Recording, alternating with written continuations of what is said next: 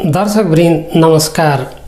आजको भिडियोमा म तपाईहरुलाई प्राविधिक विश्लेषण अथवा टेक्निकल एनालाइसिसको बारेमा केही जानकारी दिन गइराखेको छु र यसमा म तपाईहरुलाई एकदमै सामान्य तरिकाले शेयर बजारको अनुमान लगाउने तरिका सिकाउन गइराखेको छु र यसमा मैले तपाईहरुलाई सरल भन्दा सरल तरिकाबाट शेयर को मूल्य अझै बढ्ला या घट्ला या समग्रमा शेयर बजार अझै माथि जान सक्छ या तल जान सक्छ भन्ने कुराको अनुमान लगाउने तरिका सिकाउन गइराखेको छु। सर्वप्रथम म तपाईलाई कस्तो रेखाचित्र बनेमा बजार या कुनै कम्पनीको शेयर मूल्य अझै माथि जान्छ भन्ने बारेमा जानकारी दिन गइराखेको छु।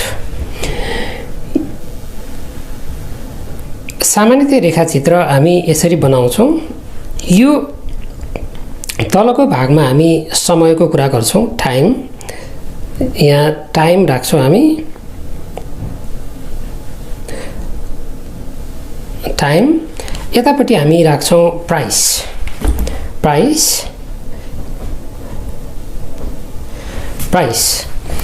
र यो रेखाचित्रमा उदाहरणको लागि रेखाचित्र यस्तो बन्यो। यस्तो रेखाचित्र बन्यो। मैले यी विभिन्न अप्स एन्ड डाउनलाई विभिन्न नामहरू दिन्छु, जस्तो यो ए भयो, यो बी भयो, यो सी, यो डी भयो। उदाहरणको लागि शेयरको मूल्य बढ्दै गयो र ए बिन्दुसम्म पुगेर मानव घट्यो र मार्केट केही तल गएर फेरि बढ्न सुरु गर्यो, मानव बी बिन्दुमा पुगेर मार्केट त्यो भन्दा तल गएन र माथि गयो भने अब तपाईले बजार अझै माथि जाला या के होला भन्ने कुरा तपाईमा एउटा एक किसिमको शंका हुन सक्छ या डर या एउटा एक किसिमको मनमा कौतूहल हुन सक्छ। बजार अझै माथि जाला या के गर्ला भन्ने कुरा थाहा पाउनको लागि तपाईले यदि बी बाट बजार बढेर ए भन्ने बिन्दु भन्दा माथि गयो भने मार्केट अझ माथि जाने संकेत हुन्छ।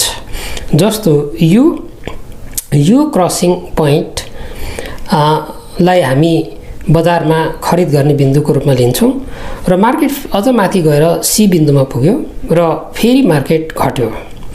तर बजार घट्दै आएर डी मा पुग्यो र बजार पुनः बढ्यो र बजार घट्दाखेरि अघिल्लो न्यूनतम बिन्दु बी भन्दा तल आएन र त्यो भन्दा माथिबाटै मार्केट चाहिँ माथि गयो भने यसले के संकेत गर्छ भने बजार अझ माथि जान सक्छ भन्ने एउटा अनुमान लगाउन सकिन्छ। र बजार बढ्दा पुनः सी बिन्दु भन्दालाई पनि क्रस गरेर सी बिन्दुमा जुन मूल्य थियो त्यो मूल्य भन्दा पनि माथि गयो भने यसले बजारमा थप खरिद चाप छ र मार्केट अझ माथि जाने सक्ने अनुमान गर्न सक्छौं र बजार माथि जान सक्छ भनेर हामी विश्लेषण गर्न सक्छौं। र यो बी र डी बिन्दुलाई तपाईले जोड्नु भयो भने त्यो रेखा माथि जान्छ, यस्तो अप रेखा बन्छ र यसले के देखाउँछ भने यो अप ट्रेन्डको संकेत हो। र ए र सी बिन्दुलाई तपाईले जोड्नु भयो भने पनि त्यो पनि माथि ट्रेन लाइन अप बन्छ या माथितिर जान्छ। यो दुईटै कुराले के संकेत गर्छ? मार्केट चाहिँ अझ माथि जान सक्छ।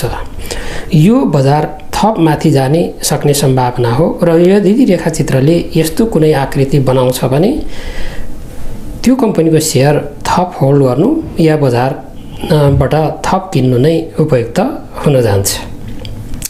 अब म तपाईलाई अर्को रेखाचित्रको बारेमा जानकारी दिन गइराखेको छु, जसले कस्तो अवस्थामा घट्दो बजारलाई संकेत गर्छ भन्ने कुरा बताउनेछ। अब म तपाईलाई घट्दो बजारको संकेत कस्तो हुन्छ भनेर जानकारी दिन गइराखेको छु। घट्दो बजारको संकेत यसअघि हामीले कुरा गरेको बढ्दो बजारको ठीक विपरीत हुन जान्छ। जस्तो बजार यसरी बढिराखेको थियो, अब बजार घट्न थाल्यो र बजार फेरि अलिकति बढ्यो र फेरि घट्यो, मार्केट फेरि बढ्यो र फेरि घट्यो। मैले यो विभिन्न पोइन्टहरूलाई नाम दिए। यो ए भयो, यो बी, यो सी। यसले के सङ्केत गर्छ भने यो डी मानौँ यसलाई ई विभिन्न पोइन्टहरू भए। जस्तो बजार बढेर एमा पुग्यो र बजार घट्यो, यो डीमा आयो। डीबाट मार्केट फेरि बढ्न सुरु गर्यो, तर बजार बढेर माथि जाँदा ए भन्ने पोइन्ट या त्यो मूल्यभन्दा माथि जान नसकिकन बी भन्ने बिन्दुबाट फेरि घट्यो। यसले के सङ्केत गर्छ? यस अघि बजार जुन उचाइमा पुगेको थियो त्यो उचाइमा फेरि बढेर पुग्न सकेन र बजारमा खरिद चापभन्दा बिक्री चाप बढी छ र मूल्य अझ तल जाने सम्भावना रहन्छ। त्यस्तै बीबाट बजार ईमा झर्यो र फेरि बजार बढ्यो, मानौ सीमा पुग्यो, तर सीमा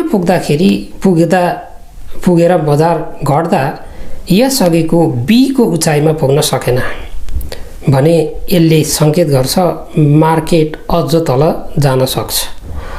हामीले यो ट्रेन्डलाई माथिका बिन्दुहरू मात्रै जोड्यौँ भने, ए बी र सी बिन्दुलाई जोड्यौँ भने त्यो रेखा तल फर्केको हुन्छ या डाउन ट्रेन्ड हुन्छ, यस्तो भन्छ।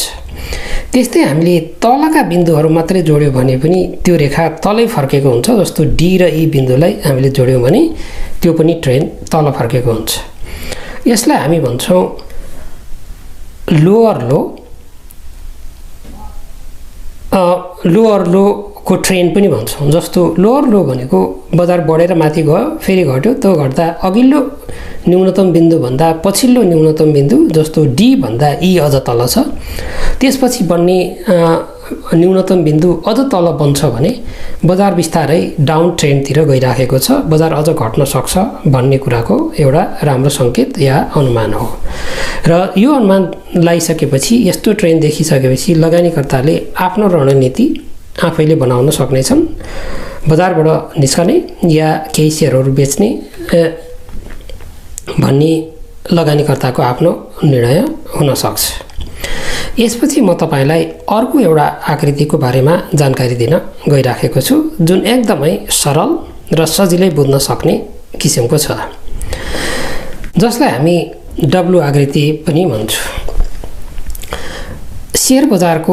सेयरको मूल्यको ट्रेन्ड बनाउँदा कहिलेकाहीँ त्यो ट्रेन्ड लाइन या रेखाचित्रले डब्लु आकार निर्माण गर्छ। डब्लु भन्नाले जस्तो सेयरको मूल्य यसरी घट्यो र बजार फेरि यसरी बढ्यो, अलिकति बढ्यो, बजार घट्यो र फेरि मार्केट यसरी बढ्यो भने तपाईले लेख्दै गरेको डब्लु अन्तिममा कता जान्छ अनुमान लाउनुहोस् त। अवश्य पनि तपाईको अम्ला या तपाईको चाहिँ कलम या पेन्सिल त्यो माथि जान्छ भने यस्तो आकारले जहिले पनि बढ्दो बजारको सङ्केत गर्छ। र यदि रेखाचित्रमा डब्लु आकार बन्यो भने अब त्यो कम्पनीको सेयरको मूल्य अझ माथि जाने सम्भावना रहन्छ। र डब्लु आकार बन्दाको अवस्थामा हामीले एउटा हेर्नै पर्ने बिन्दु हुन्छ। जस्तो मैले यो ए भनेर नाम दिएँ, ए बिन्दु, यो डब्लुको तल गएर माथि गएर फेरि तल झर्दाको यो बिन्दु जुन छ ए बिन्दु, यतापट्टिको रेखाले त्यो ए भन्दा अझ क्रस गरेर माथि गयो। जस्तो सी बिन्दुमा गएर प्राइसले ए बिन्दुलाई पार गर्यो भने यसले चाहिँ बजार थप माथि जाने कुरालाई कन्फर्म गर्छ या निश्चिन्त बनाउँछ। यदि तपाईले नेप्से परिसूचक 1100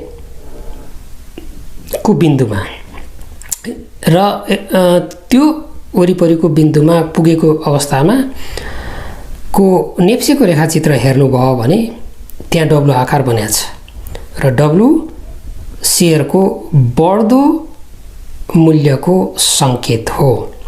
र डब्लुका तलका दुईटा बिन्दुहरू हेर्नुभयो भने जस्तो बी र डी बिन्दु हेर्नुभयो भने र त्यो रेखा बनाउनु भयो भने ती कहिले समानान्तर पोइन्टमा पनि हुन सक्छन् एउटै लाइनमा, कहिले अलिकति तलमाथि पनि हुन सक्छ, तर रेखाचित्रले चाहिँ डब्लु आकार बनाइराखेको हुन्छ। यो अवस्था हो भने जब सी भन्दा मूल्य माथि जान्छ सेयर थप किन्दै जान सकिन्छ र हामी बिक्री गर्ने सोचमा थियौँ भने होल्ड गर्न सक्छौँ र हामी सेयर थप्दै पनि जान सक्छौँ। यसपछि म तपाईलाई घट्दो बजारको एउटा सङ्केतको बारेमा जानकारी दिन गइराखेको छु र यो भनेको एम आकृति हो। एम तपाईसँग यदि कापी कलम छ भने तपाईँ पनि लेख्न सुरु गर्न सक्नुहुन्छ। यदि रेखाचित्रले एम आकार बनायो भने बजार कता जाला? ल तपाईँ पनि लेख्न सुरु गर्नुहोस् एम। त्यो एम लास्टमा तपाईँको कलम कतातिर जान्छ? यो एम आकार भयो। मैले एम आकारको लास्टको बिन्दुलाई तान्दै गएँ भने त्यो तल जान्छ। यदि सेयरको मूल्यले यस्तो रेखाचित्र बनायो भने अब बजार या मूल्य अझ तल जान सक्छ भन्ने कुराको एउटा अनुमान लाउन सक्छौँ। र मूल्य तल जाने कुराको कन्फर्मेसन कहाँनिर हुन्छ भन्दा मैले यहाँ एउटा बिन्दुको नाम दिएँ ए। जब मूल्य यो ए बिन्दुभन्दा क्रस गरेर तल जान्छ, मानौ यो सी बिन्दुभन्दा तल गयो भने अब बजार या मूल्य अझ तल जान सक्छ र यसलाई डबल टप पनि भन्छौँ। डबल टप भनेको जस्तो बी र यो डी।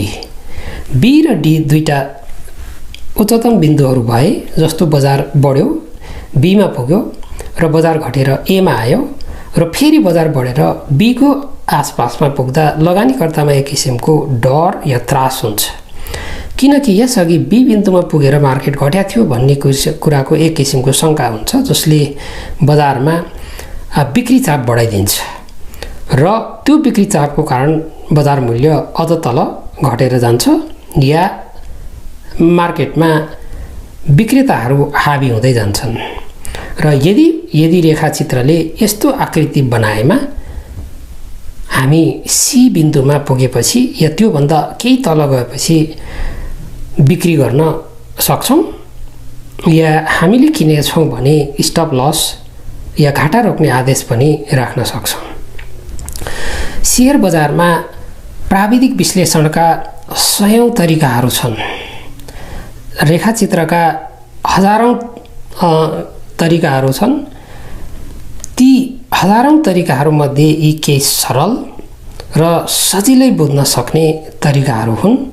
यदि हामीसँग सरल तरिकाहरू छन्, सजिला उपायहरू छन् भने अवश्य पनि हामी गाह्रो उपायहरू छान्दैनौँ, पक्कै पनि सजिलो नै छान्छौँ। मलाई लाग्छ प्राविधिक विश्लेषणका यी सामान्य केही तरिकाहरूले तपाईलाई सेयरको मूल्यको अनुमान लगाउन पक्कै पनि ठुलो सहयोग। सेयरको प्राविधिक विश्लेषण र अन्य भिडियोहरूमा म तपाईलाई थप नयाँ कुराहरू जानकारी दिँदै जानेछु र यो च्यानल सब्स्क्राइब गर्नुहोला, कमेन्ट गर्नुहोला, लाइक गर्नुहोला, सेयर गर्नुहोला र थप जानकारीको लागि भिडियो हेर्दै गर्नुहोला। नमस्कार।